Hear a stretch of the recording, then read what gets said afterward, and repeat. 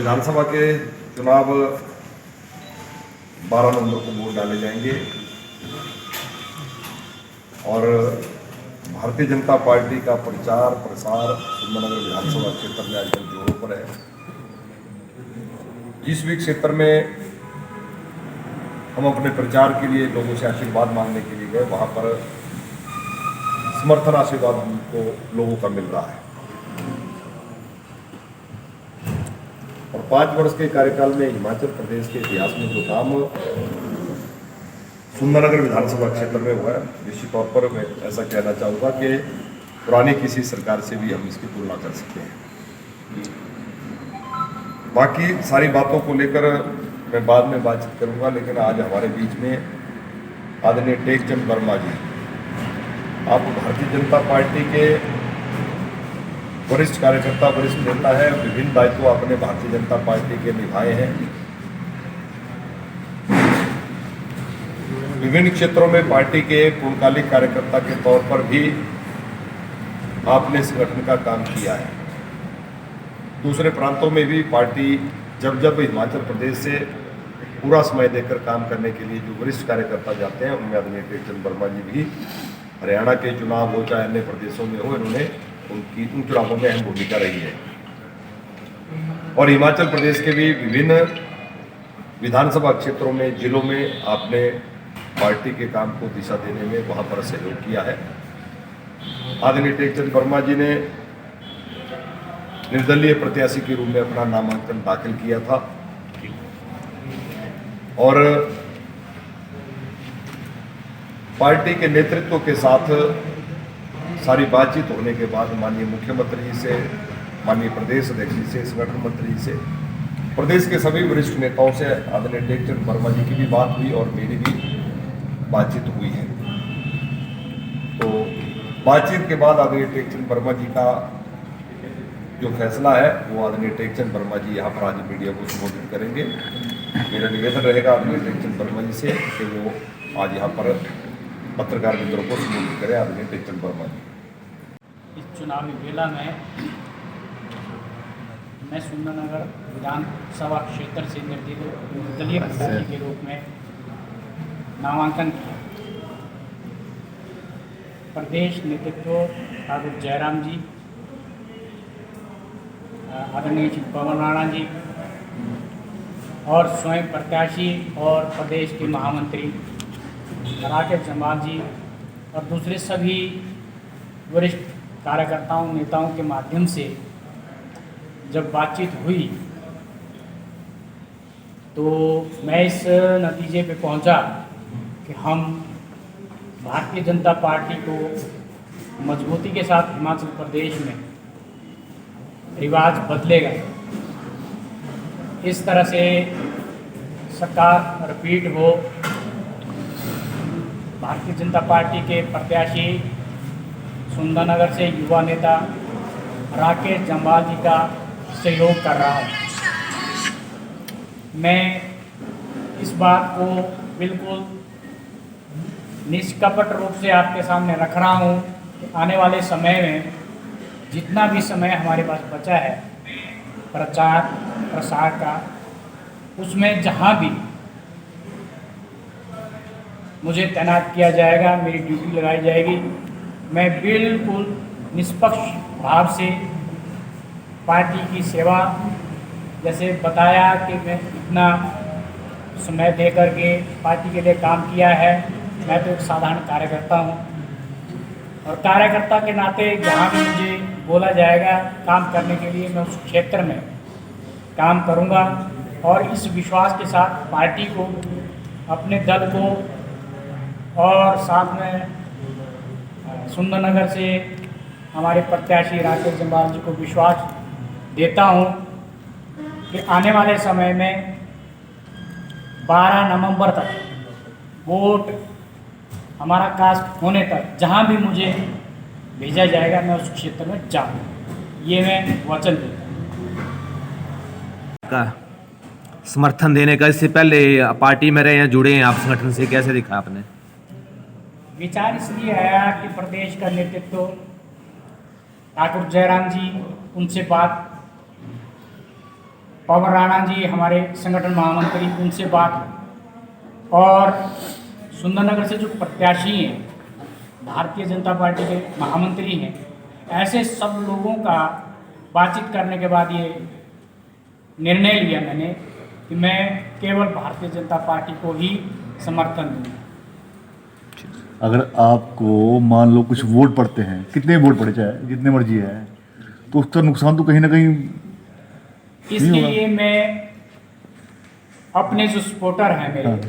जो मेरे शुभचिंतक हैं, हाँ, विशेष रूप से पूरे सुंदरनगर में, मैं उनसे भी ये अपील करूंगा कि वो भारतीय जनता पार्टी की सरकार, यानी डबल इंजन की सरकार, जैसे दिल्ली में और फिर से रिवाज बदलेगा, इस तरह से हिमाचल प्रदेश में जो सरकार बनेगी उसके लिए वो समर्थन देंगे। मैं उनसे ये निवेदन करता हूँ। तो आप वो ये अपील करेंगे कि आप मुझे वोट जो आप मुझे देंगे वो मुझे ना दें, राकेश जम्वाल जी को वोट दें। हाँ, ये जो मुझे देने हैं वोट, वो सारे भारतीय जनता पार्टी के प्रत्याशी राकेश जम्वाल जी को ही वोट अपना कास्ट करें। ये लाइन आप बोलिए, आपने पहले बोली। ये लाइन जोहार पार्क में हुई थी और 17 का परिणाम जब आया था तो सुंदरनगर में भारतीय जनता पार्टी जीती थी। इस बार भी नरेंद्र मोदी जी का आशीर्वाद हमें मिल रहा है। नरेंद्र मोदी जी 5 नवंबर को सुंदरनगर के उसी जोहार पार्क में रैली को संबोधित करने के लिए आ रहे हैं। वो रैली ऐतिहासिक होगी, आज तक के इतिहास की सबसे बड़ी रैली होगी सुंदरनगर की। और उस रैली को माननीय प्रधानमंत्री जी, दुनिया के सबसे लोकप्रिय नेता और देश के यशस्वी प्रधानमंत्री आदरणीय नरेंद्र मोदी जी उस रैली को संबोधित करने जा रहे हैं। ये हमारे लिए बड़े सौभाग्य की बात है। जैसा मैंने कहा, 17 में भी उनका आशीर्वाद मिला था, जनता का आशीर्वाद मिला था, और 22 में भी मोदी जी का आशीर्वाद भी मिल रहा है और जनता का आशीर्वाद, समर्थन भी मुझे मिल रहा है। और निश्चित तौर पर इस बार भी कमल खिलेगा, भारतीय जनता पार्टी जीतेगी। योगी, मुझे लगता है कि इस पर ज़्यादा लंबी बात कहूँ तो 2014 से पहले इस देश में जब यूपीए की सरकार 2004 से लेकर 14 तक थी, ये देश पूरी दुनिया में भ्रष्टाचारी देश के रूप में जाना जाने लगा। बड़े बड़े घोटाले हुए, बड़े बड़े केंद्र के नेता, कांग्रेस के नेता जेल की सलाखों में गए और लोकतंत्र से लोगों का विश्वास उसमें उठने लग गया था। और उसमें 2014 में जब मोदी जी आए, मोदी जी ने जनता से वायदा किया कि ना मैं खाऊंगा ना खाने दूंगा और भ्रष्टाचार मुक्त शासन इस देश को दूंगा। आज हमें बड़े गर्व के साथ कह रहे हैं कि 8 वर्षों का मोदी जी का शासन जो है वो भ्रष्टाचार मुक्त शासन जो है इस देश को मिला है। सर, ये मंडी संसदीय क्षेत्र का यहाँ पे जो हो रहा है अधिवेशन आपका, कितने लोगों के आने की इसमें ये किस तरह से किया?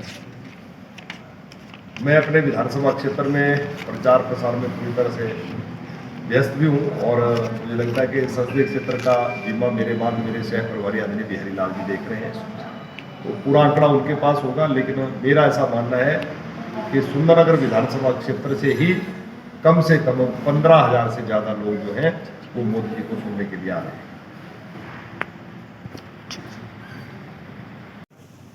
कि राकेश जी लगातार दूसरी बार जीतें और जिस तरह से हिमाचल प्रदेश के माननीय मुख्यमंत्री ने कहा कि इन्हें एक बड़ी जिम्मेवारी भी दी जाएगी और जिम्मेवारी भी मिले और राकेश जी को जिम्मेवारी मिलती है तो सुंदरनगर के लिए जिम्मेवारी मिलती है। सर पिछले लगभग 30 वर्षों से भारतीय जनता पार्टी के साथ थे और कार्य भी आपने भारतीय जनता पार्टी के लिए अन्य राज्यों में किया, हिमाचल प्रदेश में किया, लेकिन ऐसी क्या नौबत रही कि आपने निर्दलीय प्रत्याशी के रूप में यहाँ से नामांकन किया? सबसे बड़ा कारण तो मैं यही कहता हूँ कि हमारे बीच में कम्युनिकेशन गैप हो गया, जिस कारण हमारी बातचीत नहीं हो पाई। नॉमिनेशन भी मेरा 25 तारीख को अंतिम दिन हुआ है। अंतिम दिन नॉमिनेशन होने के बाद 26 तारीख को हमारी बातचीत हो गई थी, लेकिन 29 तारीख को मैं सुंदरनगर नहीं पहुंच पाया और 29 तारीख को ये था कि हम वापस होंगे, एक आपस में बातचीत करने के बाद नहीं हो पाया, इसलिए ये सारा कार्य आज हुआ। भाई यहाँ पे टेकचंद जी ने बताया कि उनका जो कम्युनिकेशन था भारतीय जनता पार्टी, टेकचंद जी बहुत पुराने भारतीय जनता पार्टी के कार्यकर्ता हैं, वरिष्ठ कार्यकर्ता हैं और लंबे समय से जो संगठन कहता है उस अनुसार काम करते हैं।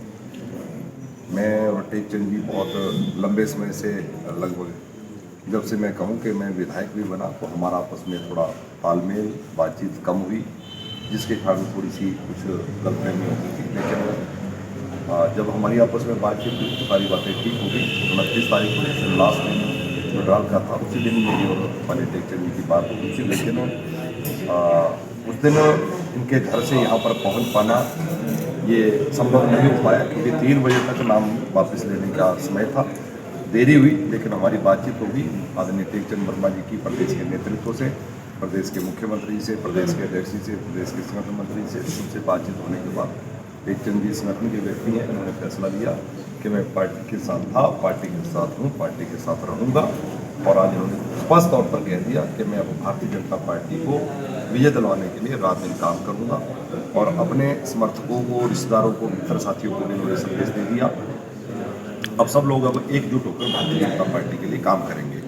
और टेकचंद जी जिस बात को लेकर हमेशा लड़ते रहते थे, अपने क्षेत्र को लेकर, उस क्षेत्र में जो विकास इन 5 सालों में हुआ वो एक ऐतिहासिक है। और उस सारे क्षेत्र में ऊपर की 18 पंचायतों में एक बात को लेकर जो सबसे बड़ा प्रचार वहाँ पर और सबसे बड़ा मुद्दा जो वहाँ पर है कि विकास, जो विकास इन 5 सालों में जयराम जी के आशीर्वाद से, जयराम जी की सरकार, भारतीय जनता पार्टी की सरकार में यहाँ पर हुआ है, वो सुंदरनगर के इतिहास में, उस इलाका के इतिहास में 25 वर्षों में वो नाम नहीं हो पाया। जिसमें मैं कहूँगा वीडियो का कार्यालय वहाँ पर आ गया, प्राइमरी एजुकेशन का ब्लॉक वहाँ पर आ गया, PWD का सब डिवीजन आ गया, ITI खुल गई, ITI का 8 करोड़ का भवन वहाँ पर बन गया, फायर सब स्टेशन वहाँ पर आ गया, मुख्यमंत्री लोक भवन वहाँ पर आ गया, 2 रेस्ट हाउस वहाँ पर बन रहे हैं, हेलीपैड वहाँ पर बन गया।